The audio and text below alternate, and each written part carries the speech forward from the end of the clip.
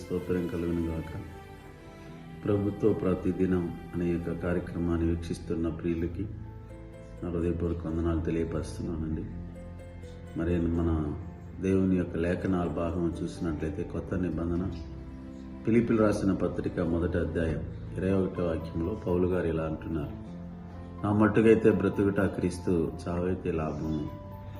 ప్రియమైన శ్రోతలకు, మన జీవితంలో మనం దేని కొరకు బ్రతుకుతున్నామనేది మనం తెలుసుకుని బ్రతకాలి. మన బ్రతికి కొద్ది రోజుల్లో మనము ప్రియులారా మన దేవాది దేవుణ్ణి మనము విశ్వసించి ఆయనతో కూడా జీవించడానికి మనం అలవాటు పడాలి.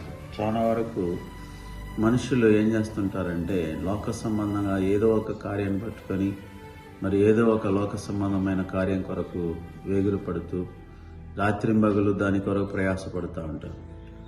మరి ప్రసంగం అంటున్నాడు, వ్యర్థము వ్యర్థము, సూర్యుని క్రింద మనుషుడు పడుచున్న ప్రతి ప్రయాసం వ్యర్థము అంటున్నాడు.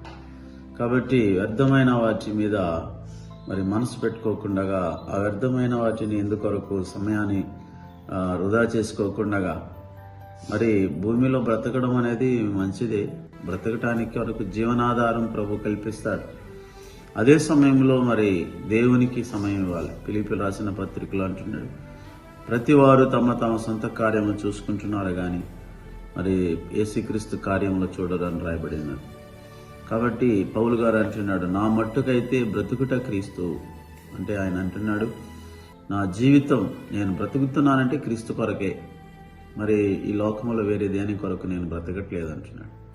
అవును ప్రియులారా, మనకు దేవుడు ఈ శేష జీవితాన్ని ఇచ్చినాడంటే గత సంవత్సరాల్లో మనం చూసినట్లయితే 2019-20లో ఎంత భయంకరమైన కరోనాతో బాధపడి ఎంతోమంది భూమిని విడిచి వెళ్ళిపోయారు. అయితే మనలను సజీవులుగా పెట్టినాడంటే మనల్ని దేవుడు ఈ కొద్ది కాలంలో అయినా ఏ క్షణము భూమికి అంతం వస్తుందో కూడా తెలియదు. మరి అన్ని సూచనలు జరుగుతూ ఉన్నాయి. ఏ క్షణంలో ప్రభు రాకడ వస్తుందో కూడా తెలియదు.